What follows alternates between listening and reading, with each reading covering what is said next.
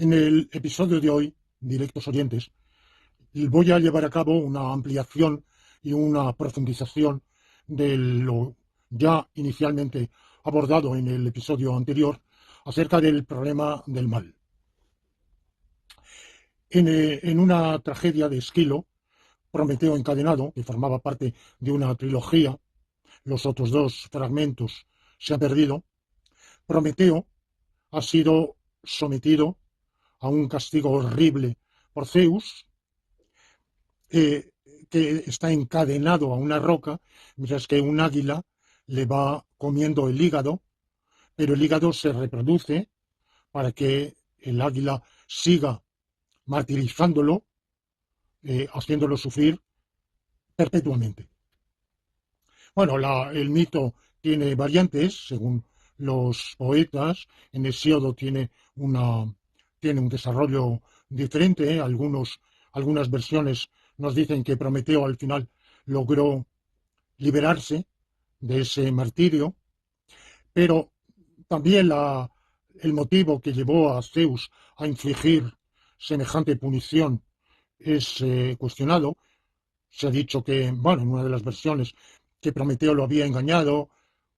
Por otro lado, parece que, según alguna versión, Prometeo había sido una ayuda, un colaborador muy grande de Zeus cuando castró y destronó a su padre y señor Cronos.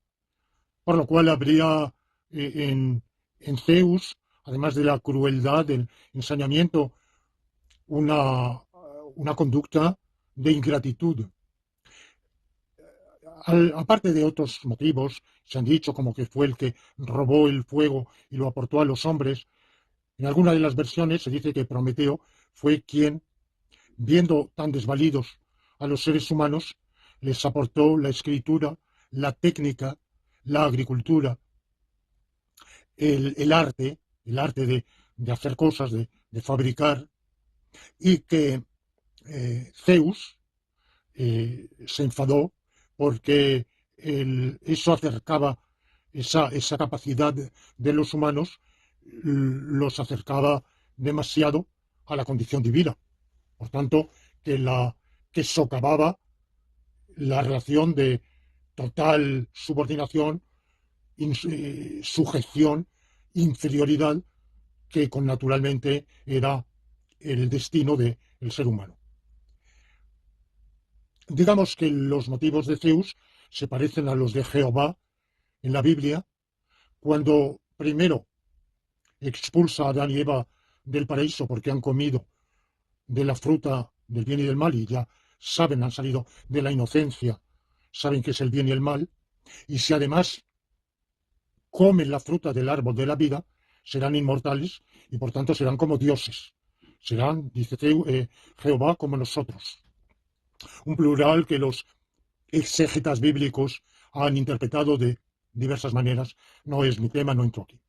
Y en segundo lugar, cuando los hombres levantan una torre tan alta que se acerca al cielo, y de nuevo, si pueden llegar al cielo, pues pueden acceder a una altura que sería reservada de Dios, de Jehová o de otros dioses, si los hay. Bueno, inicialmente parece que en la religión israelita primitiva se reconoce la existencia de otros dioses, pero es un enoteísmo, no monoteísmo, pero sí enoteísmo, porque hay un único Dios que merece ser y que debe ser adorado por el pueblo hebreo, con exclusión de los demás, no porque no existan, sino porque son dioses rivales, y Jehová es un Dios celoso que protege a su pueblo, imponiéndole una disciplina durísima, estrictísima. Bueno, en ese caso, estamos mucho antes de la constitución del pueblo hebreo y del favoritismo que, porque le da la gana, le va a mostrar Jehová. Estamos en un periodo anterior en que los hombres han elevado están construyendo, y para, para desbaratar, para frenar esa megalomanía y ese ir a más del ser humano, Jehová inventa la pluralidad de lenguas La Torre de Babel hace la confusión de lenguas, cada uno habla un idioma y no se entiende. Bueno, pues nosotros solemos pensar que cuando hablamos hoy de religión, de Dios, de lo divino, por lo menos en las religiones del tronco que podemos llamar abrahámico, la religión israelita, bueno, la religión israelita primitiva es una cosa y la religión talmúdica o talmúdico-rabínica hoy, que se llama judaísmo, es otra. Son dos, tienen que ver, la una se ha generado a partir de la otra, pero son religiones diversas. La religión cristiana, o podríamos decir las religiones cristianas, la religión islámica, en todas estas religiones Dios es bueno. Dios es bueno, es decir, no solo es poderoso, no solo vale la pena contraer con él una obligación sinalagmática de adorarlo, rendirle culto a cambio de su protección, sino que además lo merece por su bondad. No me mueve, mi Dios, para quererte el cielo que me tienes prometido, ni me mueve el infierno tan temido para dejar por eso de ofenderte. Mas me mueves tú mismo, muévete el verte clavado en esa cruz y escarnecido. Bueno, pues este hermosísimo poema de Santa Teresa de Jesús nos indica la vivencia cristiana de que Dios merece amor, porque, por eso, en la versión que el nazareno da de los 10 mandamientos, que en realidad no está en el texto de los 10 mandamientos, es amarás a Dios sobre todas las cosas y amarás al prójimo como a ti mismo. Bueno, esto segundo todavía menos, claro está. Pero incluso el amor no es el sentimiento que impone el Antiguo Testamento, que impone acatamiento, obediencia, sumisión, adoración, culto exclusivo. Bueno, hoy, como digo, pensamos en Dios como algo bueno. ¿Qué piensan los politeístas? ¿Qué piensan quienes practican, se adhieren al politeísmo chino? Generalmente, bueno, hoy el politeísmo en China está, como todos sabemos, muy disminuido, tiene un número de seguidores que posiblemente es una minoría de la población, pero sigue existiendo. Hay dos variantes principales, pero en realidad el politeísmo chino es una religión popular previa a esas dos variantes, que son más bien dos filosofías que se integran en la vivencia religiosa, que son rivales, que son el taoísmo y el budismo. ¿Qué piensan quienes practican el politeísmo shintoísta o el mayor politeísmo hoy practicado en el mundo, el hinduista? De nuevo, más que hablar de la religión hindú, hay que hablar de las religiones hindúes, porque integran una familia relativamente amplia. O los budistas. El budismo de suyo es una filosofía más que una religión, pero se ha integrado con las religiones preexistentes en sus dos grandes ramas o variantes de Hinayana y Mahayana, y por tanto se integra con un politeísmo, sea en Tailandia, en Camboya, en el Tíbet, en las partes de la India donde se practica, en Birmania, en Ceilán, en la isla de, bueno, en varios lugares. Ven a Dios como bueno. Bueno, pues esto es Vishnu, por ejemplo, o Shiva, o Kali. Son dioses benévolos, buenos. Bueno, ¿y qué pensar de los dioses del antiguo Egipto a los cuales ya me referí? Yo pienso que el politeísmo de suyo es amoral. Los dioses no son buenos. No se ajustan a parámetros de bondad. Se diferencian de los humanos en su poder. Los dioses son entidades de enorme poder, potestades, sagradas que merecen un respeto, una sumisión, una adoración, con los cuales se entabla un vínculo recíproco, sinalagmático, y por tanto el dios de la guerra, el dios del odio, el dios de los ladrones, bueno, pues tienen que invocarse, nos trae cuenta entablar con ellos una relación porque son poderosos. A los ladrones, en el hinduismo, les trae cuenta adorar a su dios, porque al fin y al cabo es la opción vital de su vida y es quien los favorece. Y los demás también, para, justamente, para que frene la labor de los ladrones y evite que nos cause perjuicio. Los ladrones no van a dejar de serlo, pero sí pueden abstenerse de robarme a mí. Bueno, esa versión, esa, eso es así. Evidentemente ustedes me dirán, hay que estudiar muchos otros politeísmos, los africanos, los amerindios, los de los aborígenes australianos, etcétera. Mi idea general es que el politeísmo no reconoce la bondad de Dios. No piensa que Dios sea bueno, ni menos infinitamente bueno. Y ya veíamos como en la religión egipcia tardía hay una execración de Set y una exaltación de Horus, Osiris y sobre todo Isis, que es la salvadora de su hermano y esposo Osiris, al fin y al cabo, la que recompone el cadáver troceado que macabramente el malévolo Set ha desparramado y lo salva, lo recompone, lo reconstituye, lo resucita su hermana y esposa Isis. Esto hace que haya una religión egipcia tardía, isíaca, en el Imperio Romano, en el helenismo tardío y en el Imperio Romano, una adoración de Isis y Osiris, excluyendo prácticamente, o en todo caso, colocando en un lugar muy secundario a los demás dioses egipcios, que quedan en la sombra. E incluso Set, que siendo un dios malévolo, no obstante había sido adorado, fervientemente adorado, durante algunas dinastías faraónicas. Un número de dinastías se colocaron bajo la advocación de Set y una serie de faraones adoptaron nombres, el nombre de Setu o nombres derivados. ¿Por qué? Bueno, porque en el politeísmo los dioses, más que personas, son poderes, son potestades, personificadas desde el punto de vista de la mirada humana, pero que de suyo son entidades no personales, entidades caracterizadas por la potencia.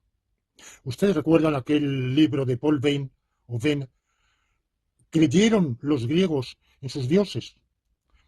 Y lo que preguntaba este grandísimo estudioso, helenista, este gran filólogo, historiador, era si los mitos griegos se los creían quienes estaban adheridos al paganismo helénico. Su respuesta es matizada, es que según, ni sí ni no, depende. Primero, la creencia no es una cuestión de adhesión anímica. Yo creo que A o creo que no A, y cuando creo que A, lo creo en firme, y si soy sincero, contesto en ese sentido en cualquier contexto. Por el contrario, hay otra visión de la creencia que han propuesto dentro, por ejemplo, de la filosofía analítica, algunos filósofos, de que la creencia es variable y contextual. Uno no cree lo mismo. No es ya que no diga lo mismo, sino que no cree lo mismo. Cuando se halla en un círculo de amigos de una orientación, de una inclinación particular, cuando se halla en su familia o cuando se halla en el núcleo profesional con el cual se relaciona. Esto puede parecer extraño a quienes tenemos un espíritu lógico, queremos, cuando adoptamos un punto de vista, una opinión, queremos ser consecuentes, llevar la opinión a sus consecuencias lógicas y reflexionamos y deliberamos mucho qué creemos y qué no creemos y descartamos. Nos sorprende muy a menudo en la vida relacionarnos con los demás que no son así. Que unas veces dicen A y otras veces dicen no A. Y tampoco es que crean A medias o que piensen que hasta cierto punto A y hasta cierto punto no A. Es que, sinceramente, dicen unas veces A y otras no A. Según que haya sucedido, según el estado de ánimo o según diversos parámetros del contexto, del entorno. ¿Qué pasa? Pues pasa que seguramente llevan razón quienes piensan que para esos opinantes la creencia no es una cuestión de sí o no, sino de según el entorno. Y además, añade Paul Dehn, la creencia puede trocearse, puede eh, mm, dividirse en cachos, en rodajas, de tal manera que tenemos un mito griego, y no forzosamente el practicante de la religión griega politeísta se cree todo el mito. Aparte de que lo creo dejar de creer según el entorno, según el momento, según las circunstancias, pero de él toma esto o lo otro. No, para él la creencia, saber cuál es la verdad, no es tan importante. Lo importante es honrar a los dioses, rendirles culto, cumplir la obligación ciudadana que tiene la ciudad para con los dioses de rendirles culto a cambio de su protección. Y claro, para hacerlo un mínimo de estado mental se requiere de veneración, por tanto, algún tipo de reconocimiento. Ahora, ese reconocimiento no es exactamente creencia.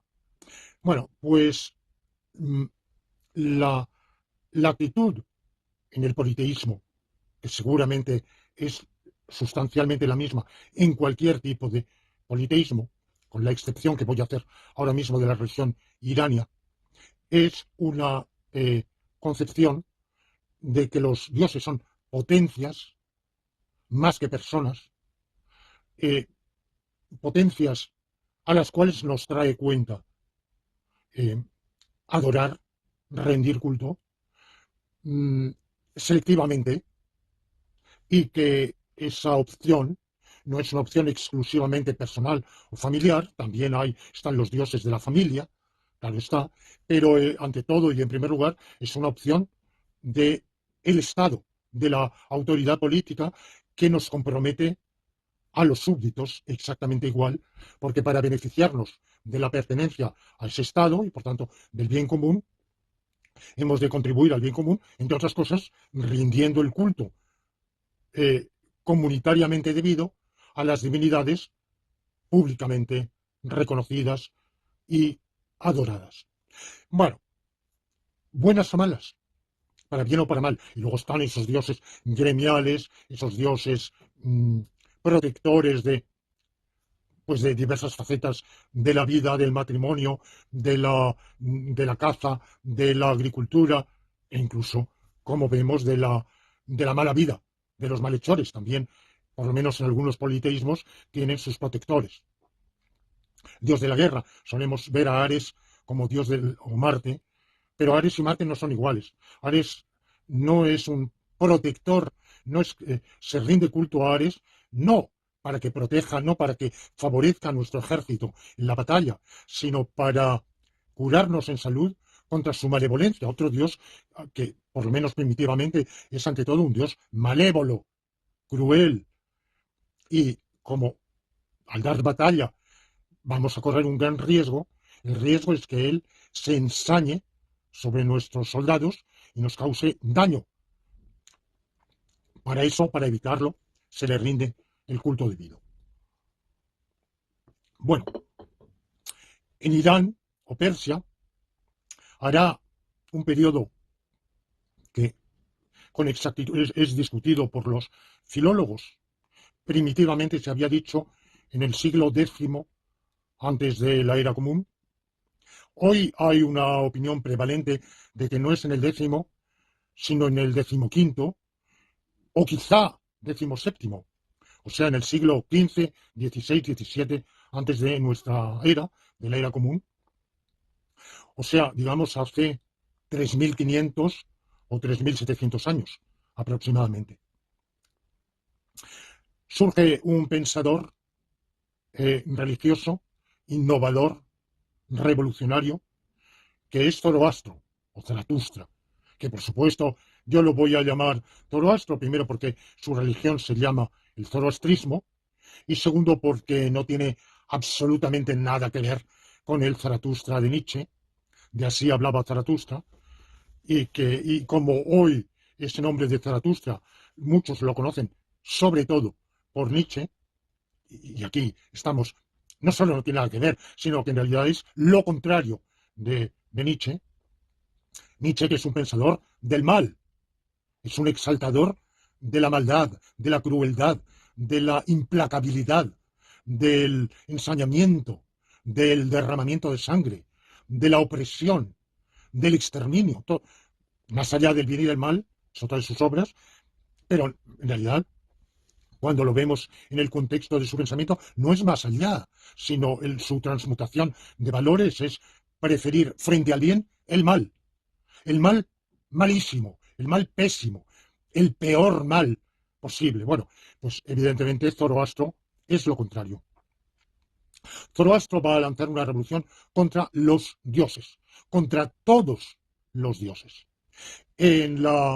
Ustedes saben que el iranio, en realidad no hay una lengua irania, sino una familia de lenguas iranias, hay varios, el avéstico, el paleoavéstico, el neoavéstico, el parto, el persa antiguo, el persa moderno, pero todas ellas forman parte de una familia, claro, lingüística, que a su vez es una rama de otra familia más englobante, que engloba también las lenguas de origen indoeuropeo del Indostán. Digo lenguas de origen indoeuropeo porque en Indostán, en el sur, hay una serie de lenguas, las dravidianas, que por supuesto no tienen absolutamente nada que ver con la familia indoeuropea, que parece que están más bien relacionadas con una protofamilia melanesia del sur, que sería primitiva del sur de Asia y de Oceanía. Bueno, y que la más conocida de ellas es el tamil, y tiene muchos millones de hablantes en lenguas que hoy no son comprensibles mutuamente. Bueno, pero en el Indostán están las lenguas de origen indoeuropeo, el antiguo y extinto védico, sánscrito, las lenguas muertas, contemporáneamente el hindi y su variante el urdu, que prácticamente son el mismo idioma, sobre que el hindi está escrito con caracteres sánscritos, mientras que el urdu está escrito con caracteres arábigos. El urdu es oficial en el Pakistán y el hindi es oficial en la India. Está el bengalí, pero también está el singalés en Ceilán o Sri Lanka. También es una lengua del mismo origen indo-iranio. Bueno, pues en esa familia, megafamilia de lenguas indo-iranias, los dioses son denominados por un nombre común, los devas. Y los devas son adorados en la India. Y eran adorados por los iranios antes de Zoroastro. Pero Zoroastro levanta una revolución contra los devas, por eso lo relacionaba con Prometeo cuando dice odio a todos los dioses, en Prometeo encadenado de Esquilo. Rechaza a los dioses, aunque luego recupera alguno, destrona, descarta la adoración a los dioses y en su lugar propugna la adoración a los espíritus, los que en la India se llaman asuras y en la lengua o las lenguas iranias ajuras. Ustedes saben que en las En la evolución fonética, muy a menudo la S se convierte en una aspiración. Por ejemplo, hay dialectos, hablas del español, en que los alumnos, por ejemplo, si he hablado con canarios, muy a menudo dicen los alumnos, o los alumnos, lo, a, la S entre lo y a se convierte en una aspiración. Bueno, y en otros, ¿no? No es el único, la única variante del español, ni digo que todos los canarios hablen así. Entonces esa S intersilábica, en la evolución del iranio antiguo, se convierte en H, ajuras. Entonces, frente a los dioses, Zoroastro va a exaltar a los ajuras. Y dentro de los ajuras, al máximo de ellos, Ahura Mazda, o Ahura Mazda, si queremos pronunciarlo así, españolizándolo. Ahura Mazda es el espíritu supremo del bien. Y esta es la gran revolución, la grandísima revolución. Por otra parte, muchísimos siglos después, una revolución similar tiene lugar en Persia, con Platón, con su concepción de Dios, una concepción que rompe con el politeísmo griego, aunque nominalmente esa ruptura, después de lo que le había pasado a Sócrates, Platón sabe disimularla, ocultarla, ensombrecerla, opacarla, pero para cualquiera que lea con atención y profundidad sus obras se percata de que Platón no es politeísta, cree en un bien y cree cree en un Dios y cree que ese Dios es bueno. Pero fíjense que esto es en el siglo IV antes de la era común, y hablando de Zoroastro nos referimos al siglo XVII o como mínimo XV, o sea, lo muy anterior que es Zoroastro. Entonces Zoroastro hace ese cambio, esa inversión. Los dioses son malos, alguno de ellos puede quizá salvarse, no excluye del todo seguir rindiéndoles algún tipo de culto accesorio, por si acaso, como quien pone una vela a Dios y otra al diablo, pero el culto principal ha de rendirse a Ahura Mazda, el gran espíritu del bien. Y frente a él hay un enemigo, otro espíritu del mal, que es Angra Mainyu, frente a frente, y los devas están, en general, agrupados en el campo del mal. Por tanto, salvo por razones de prudencia, quizá con uno u otro, un poco más salvables, hay que descartarlos, apartarlos, execrarlos, como hay que execrar, abominar, detestar, odiar al espíritu del mal, o sea, Angra Mainyu. La historia del mundo es la historia del enfrentamiento entre el bien y el mal, entre Ahura Mazda y Angra Mainyu.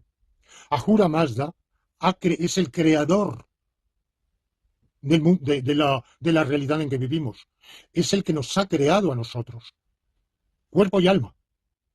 Es el que ha creado la realidad corporal, pero no toda, porque en ella también hay lo maligno.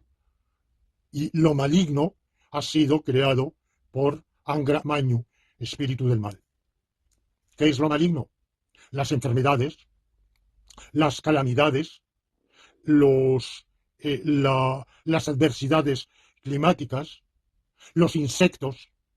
Parece que estas poblaciones no practicaban la apicultura porque habrían salvado al menos a la abeja productora de miel. Los, los insectos son obra del mal. Las ranas, bueno, esto ya lo entiendo menos, qué daño les causan las ranas. En general, todo lo malo es creado por Angra Mainyu. Bueno, hay un eminente, quizá el más eminente, iraniólogo francés que ha enseñado muchos años en el Collège de France, que sostiene que Zoroastro es una figura mitológica que no existió. que no existió porque de haber existido y haber innovado, haber propuesto una religión monoteísta, el culto a Ahura Mazda exclusivo,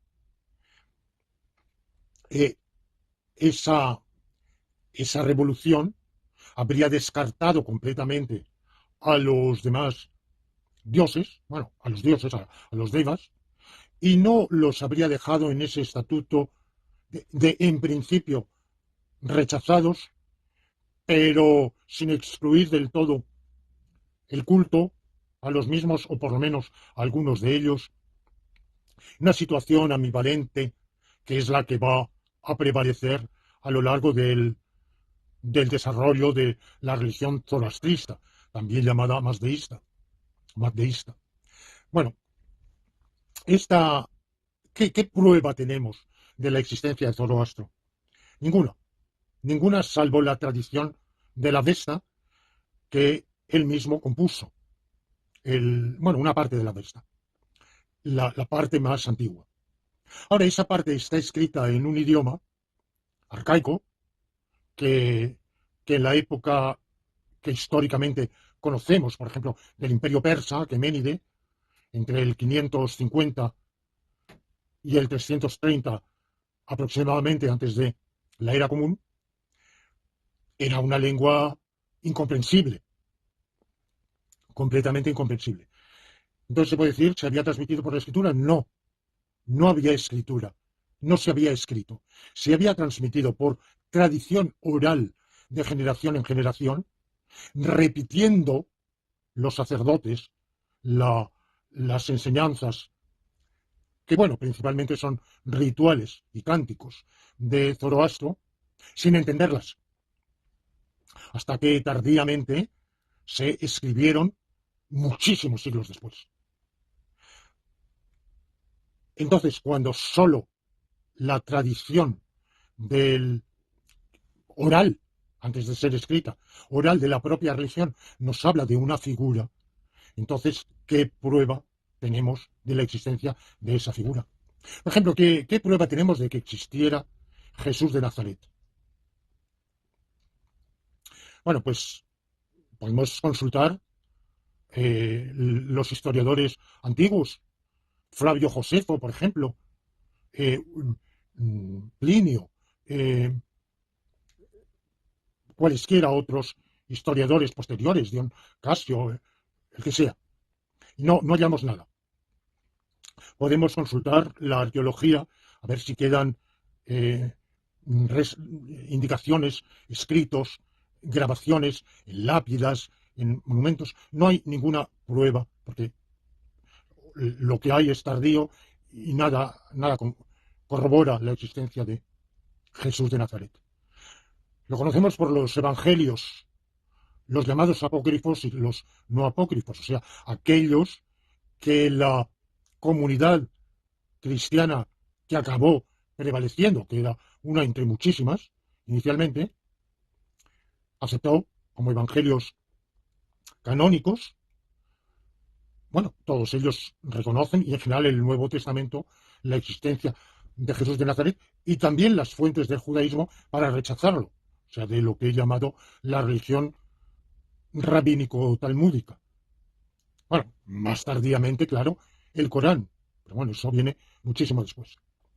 A mi juicio hay un motivo para creer en la existencia histórica de Jesús de Nazaret, y es que junto con esa tradición del cristianismo, para entendernos, digamos, occidental o de la cuenca del Mediterráneo, que se va a atomizar en obediencias muy dispares hasta que una de ellas acabe prevaleciendo, hay a la vez otra tradición que también cree en la existencia de Jesús de Nazaret, y es la que se desarrolla al este del Éufrates, en el territorio de Mesopotamia, en territorios que van a estar bajo el dominio de los iranios. Bueno, no voy a hacer historia de todo lo que ha sucedido en los diversos. Hubo, después de Alejandro Magno, un breve periodo en el cual fue una dinastía Greco-Macedonia de los Antíocos la que dominó ese territorio, pero antes y después esos territorios estuvieron dominados por etnias, entidades étnico-políticas de raigambre irania, partos, persas. Bueno, pues también ahí va a haber su cristianismo. Pero en cambio, con respecto a Zoroastro, este eminente iranólogo, Jean Quelens, piensa que al disponer nosotros solo de una fuente que durante un milenio o más fue oral y oralmente repetida, como quien repite las fórmulas de un grimorio que no entiende. Bueno, pues no puede ser base suficiente para afirmar su existencia, máxime, dado que sería una existencia totalmente anómala, porque los otros revolucionarios que ha habido en el ámbito religioso han propuesto un monoteísmo, al cual tiende, en cierto modo, el zoroastrismo, pero sin llegar a él. Sin llegar a él porque primero, junto con Ahura Mazda, hay otros Ahuras del bien, que son emanaciones de Ahura Mazda o colaboradores de Ahura Mazda o enviados de Ahura Mazda o que forman la corte de ese soberano del bien, y que, por otro lado, como vemos, los devas no están del todo excluidos. Bueno, el argumento, el propio Jean Quelens ha titubeado en sus libros, unas veces ha sostenido una tesis, otras otra, en una muestra infrecuente, por desgracia, de honestidad e integridad intelectual, porque la evidencia que tenemos de que disponen el historiador de las religiones, el filólogo, es una evidencia limitada, con muchas lagunas, con muchas insuficiencias, y es perfectamente normal, epistémicamente legítimo, que la opinión resultante sea una u otra, según que se dé mayor o menor peso a una parte de esa evidencia. Yo creo que el hecho es que se produjo indiscutiblemente una innovación muy grande en la religión irania en esa época del Avesta antiguo, que la tradición lo vincula a un pensador, a un profeta, que sería el propio Zoroastro, que esa innovación tiene un sentido, si no monoteísta, al menos enoteísta, como ha habido otros enoteísmos. Por ejemplo, Moisés impone un enoteísmo, no niega la existencia de otros dioses, pero impone la adoración exclusiva de uno de ellos, que es Jehová. O Akenatón, el faraón egipcio, que impuso la adoración exclusiva de un dios, Atón, no porque no hubiera otros, sino porque sería el dios que había escogido el propio faraón y al cual los egipcios estarían obligados a adorar. De manera que la innovación existió, y esa religión irania va a continuar, va a desarrollarse y va a evolucionar la lengua y la religión. La lengua en el sentido que la palabra deva, que es de la misma raíz del deus latín, o sea, de lo que se deriva en las lenguas romances modernas, deus en portugués, Dios en español, Dio en italiano, Dieu en francés, viene del deus latino, que a su vez es de la misma raíz que el Zeus griego, y del Deva indo-iranio. De manera que la evolución semántica de las lenguas iranias, Deva, que todavía en época de Zoroastro significa Dios, aunque sean dioses malos, en la evolución posterior se convierte en diablo, demonio. De manera que en el zoroastrismo posterior, en el de la época del Imperio Persa, la traducción de la palabra Zeus del griego no será Deva, sino que será Ahura. Y por eso Heródoto podrá comparar, asimilar, identificar a Zeus con Ahura Mazda. Y los devas son demonios, aunque en la mitología griega no hay demonios, lo que ellos llaman daimones, no son diablos, no son demonios. La idea de demonios, seres maléficos, consagrados al mal, sí existe en una serie de religiones orientales, del mundo semítico, del mundo indoiranio. Bueno, pues lo que perturba la comprensión de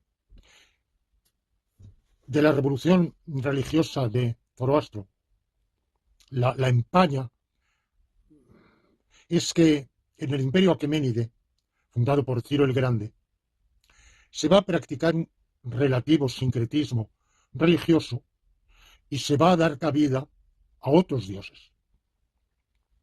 Esto no va a venir de golpe, sino poco a poco. Ustedes saben que Ciro el Grande vence, primero está en el mundo de medas y persas, pero él se levanta contra el rey de los medas o medos y lo derriba, lo suplanta y crea el imperio persa aqueménide. Ese imperio se va a extender, va a ocupar la península anatólica, Mesopotamia, Siria, Palestina, claro está, y Egipto, más adelante, y la mayor parte de la península balcánica en su momento de mayor esplendor. Y por Oriente va a llegar hasta el río Indo, y en Asia Central también va a llegar bastante lejos, y en el Cáucaso. Bueno, pues uno de los imperios más extensos que han existido nunca, mucho más que por ejemplo, el Imperio Romano, incluso en el periodo de máxima expansión con Séptimo Severo, o Septimio Severo. Bueno, pues el Imperio Aqueménide tenía mayor extensión territorial. Y claro, al dominar a esos pueblos, someterlos a una dominación más o menos soportable, que se pretendió benigna, se pretendió más civilizada que la de los imperios precedentes, como los elamitas, los asirios, los babilonios. Bueno, no sé si lo fue. Verdaderamente, una versión de la historia que yo estudié hacía un elogio del imperio persa como un imperio que había sabido dominar por imponer unos principios de relativa justicia, equidad, buena administración. No sé, no sé cuánto haya de embellecimiento. La verdad es que según avanzo en mi conocimiento de la historia de aquel imperio, pongo más en duda que eso sea así. Pero quizá sí, porque posiblemente esos otros imperios precedentes eran peores, en todo caso. Bueno, pues el imperio persa, para dominar esos pueblos, también practicó otra política complementaria, que fue el de tomar prestados sus dioses y rendirles culto e incorporarlos en un extraño panteón, siempre bajo la superioridad, la advocación máxima de Ahura Mazda, pero dando lugar a varios dioses incorporados del mundo semítico, principalmente, en parte del egipcio, y puede que en algún momento también del griego. Bueno, haciendo un panteón que es otro de los argumentos que han llevado a Jean Kellens a dudar que Zoroastro haya existido y haya sido un autor preconizador de un monoteísmo, cuando su producción, su obra religiosa, el zoroastrismo, evoluciona en un sentido tan ecléctico, tan sincrético, que luego va a incorporar a otras divinidades. Pienso que lo uno no quita lo otro, primero porque efectivamente puede haber habido una evolución, y sin duda la hubo, una adaptación. Los monarcas aqueménides supieron practicar, como cualesquiera otros, el oportunismo, incluso en el ámbito religioso, Y por otro lado, hemos visto que mm, Zoroastro, más que un monoteísta, fue, o suponemos razonablemente que fue, un enoteísta. Preconizó la adoración preferente a un espíritu del bien supremo, a Ahura Mazda, pero eso no excluía un cierto culto secundario a otras entidades. Y por tanto, si ya de entrada esa es la postura, pues se abre la puerta, se entreabre al menos a incorporar ulteriormente otras entidades en un estatuto ciertamente inferior al de Ahura Mazda. Bueno, en el último imperio persa, anterior a la conquista árabe-islámica del siglo VII, el grandísimo imperio de la dinastía sasánida, entre el siglo IV, bueno, el siglo III en realidad, el siglo III y el siglo VII, en realidad es un imperio menos conocido, vamos, menos que la mayoría de los que tienen un conocimiento superficial y liviano de la antigüedad clásica conocen el imperio persa por las guerras médicas, por Heródoto, pero en cambio saben menos del imperio persa posterior, sasánida, y sin embargo duró muchísimo más. El primer imperio persa duró 220 años aproximadamente, mientras que el segundo duró 500. O sea que fue mucho más duradero. Y en este imperio persa tardío hay, bueno, hay muchas versiones del mazdeísmo entre los propios seguidores de esta religión. Hay una versión monoteísta, hay una versión biteísta y hay una versión politeísta. Los textos dan para cualquiera de esas tres interpretaciones. Algunos dicen que el único Dios, algunos zoroastristas, que el único Dios verdaderamente existente es Ahura Mazda y que todo lo demás, incluyendo su opuesto, Angra Mainyu, de alguna manera proviene del propio Ahura Mazda. Bueno, yo pienso que esta es una versión que se difundió en el siglo XIX entre los parsis. Los parsis son una minoría en la India que constituyen una casta aparte, totalmente cerrada, separada del resto, que practican el zoroastrismo, que oriundos de Persia, del Irán, por eso se llaman parsis, que emigraron cuando en varios momentos de la dominación árabe islámica en Irán hubo persecuciones contra los zoroastristas. Hubo momentos de relativa tolerancia y hubo momentos de persecución. Y algunos de los que sufrieron esa persecución emigraron a la India, se establecieron allí y han mantenido su lengua, su religión, y ahora constituyen una minoría en la India enriquecida en gran medida. Algunas de las máximas fortunas de la Unión India están en manos de miembros de esta minoría étnico-religiosa. Bueno, pues en el siglo XIX la India estaba bajo el yugo colonial británico y los británicos, partidarios del protestantismo cristiano en su versión anglicana, miraban con total hostilidad lo que fuera una religión dualista del bien y del mal, dos dioses enfrentados, porque eso lo veremos en el siguiente episodio. El cristianismo antidualista ha llevado a cabo a lo largo de milenios una guerra mortal, una polémica, una lucha, pero también una persecución sangrienta, cuando ha sido necesario, a muerte, contra el dualismo. No contra la creencia en el diablo, porque es difícil ser en eso más dualistas que el cristianismo, sea en versión católica, protestante o cualquier otra de las que conocemos, ortodoxa, etcétera. Diafisita, todos, por igual, creen en el diablo, o en el demonio, en Satanás, y como un ser malévolo, dedicado al mal, y enemigo del ser humano, enemigo del bien. Pero piensan que ese ser ha sido creado por Dios. Dios no lo creó malo, él ha optado, se ha rebelado contra Dios y ha optado por el mal. Bueno, por el contrario, en el dualismo, Dios no ha creado el mal.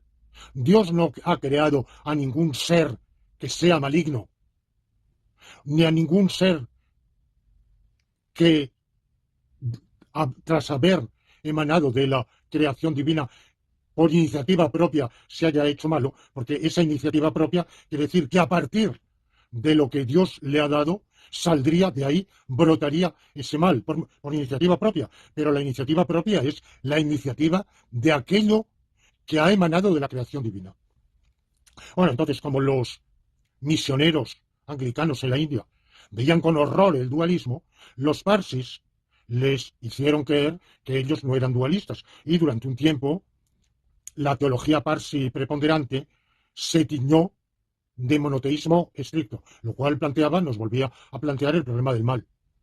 Bueno, entonces, ¿cómo así ese Dios, ese Ahura Mazda óptimo, infinitamente bueno, ha hecho una obra que contiene ese mal, el mal peor, el mal pésimo, el demonio, como lo queramos llamar? Bueno, el politeísmo tiene base porque en el Avesta se habla de los dioses, los ajuras, no uno solo, sino una pluralidad. Solo que hay una lectura también perfectamente válida de que esos ajuras son participaciones de Ahura Mazda, emanaciones de Ahura Mazda o ángeles. De hecho, la figura de los ángeles en la religión israelita tardía, la del periodo de los profetas, de la religión israelita antigua, pero dentro de la religión israelita antigua, no el Pentateuco, sino lo que viene después, particularmente el profetismo. Tienen entrada Satanás, los ángeles, todo ello por influencia persa. Eso viene con el llamado cautiverio de Babilonia, en lo cual la religión persa va a influenciar ya entonces a la religión israelita tardía. A diferencia de la religión talmúdica actual, de lo que se llama judaísmo actualmente, en la cual la consideración de ese tipo de entidades no, ni muchísimo menos, tiene la importancia que tiene en el Islam y en el cristianismo, que digamos como religiones antisatánicas. Bueno, pues esa faceta, esa obsesión por las asechanzas del diablo y los demonios en el Talmud, en la medida en que, o en la Mishnah, puedan existir, son muy secundarias, no juegan ningún papel importante, central. Y si lo juegan en la religión cristiana, bajo cualquier modalidad.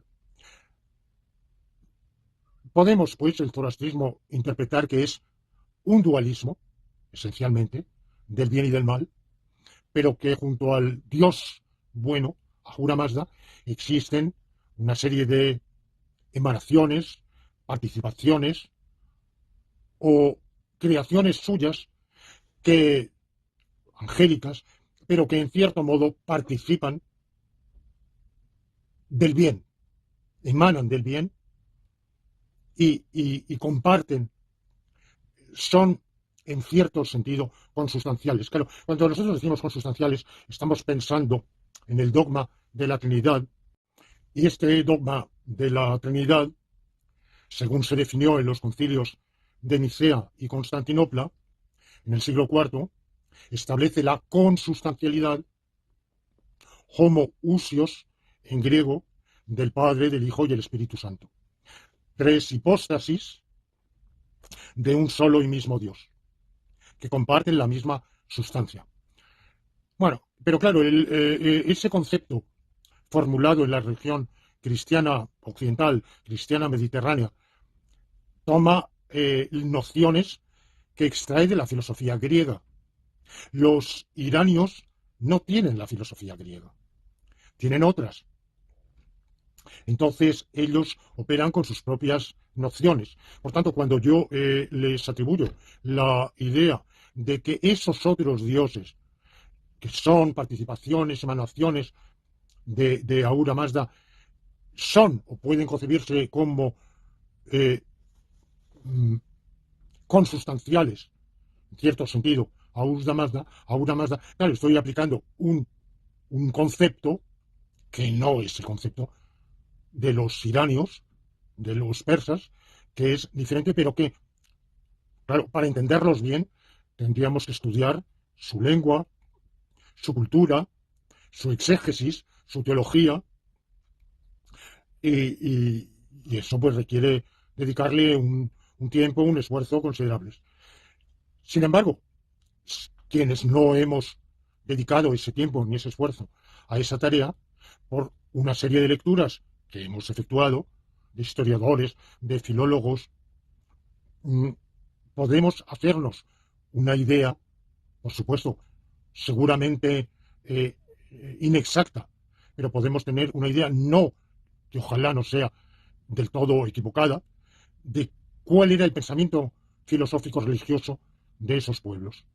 Yo pienso que es un dualismo, un biteísmo, en el cual hay un Dios del bien y un Dios del mal. Un Dios del bien creador que nos ha creado y un Dios del mal que ha creado todo lo malo que nos amenaza, que nos perjudica. Y en el propio ser humano existe esa lucha entre el bien y el mal.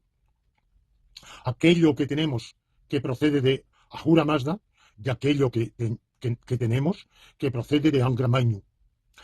Bueno, esta, esta concepción va a influir en un cristianismo porque, porque es un cristianismo, es una variante legítima del cristianismo que va a surgir en el siglo III de la era común con un apóstol babilónico, Mani, de la cual hablaré en el próximo episodio, porque es el originador del cristianismo dualista.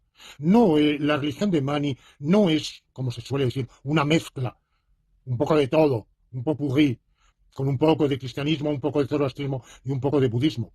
No, es una religión sincrética, pero esencialmente es una religión cristiana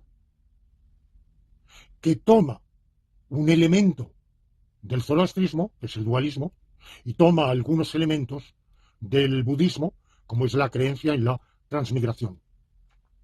Pero que va a tomar también otras fuentes, particularmente la filosofía platónica y neoplatónica, del neoplatonismo originario. Justamente Mani será coetáneo de el creador del neoplatonismo que conocemos, Plotino, aproximadamente de 10 años arriba o abajo nacen y mueren ambos, pero antes de Plotino ya está en circulación un pensamiento neoplatónico que hoy día conocemos mal porque la obra de Plotino fue tan influyente, ha sido tan impresionante que, bueno, todo el neoplatonismo posterior viene de él, pero hay un neoplatonismo anterior muy difundido, platonismo medio, como en Plutarco, Numenio de Apamea, etcétera, pero más difundido en otra serie de pensadores, la mayoría de los cuales no conocemos ni el nombre, y ese pensamiento filosófico antimaterialista va a ser una de las fuentes importantes del pensamiento filosófico religioso de Mani, el maniqueísmo. Bueno, pues del maniqueísmo y sus posibles derivaciones hablaremos en la próxima semana, en el próximo episodio.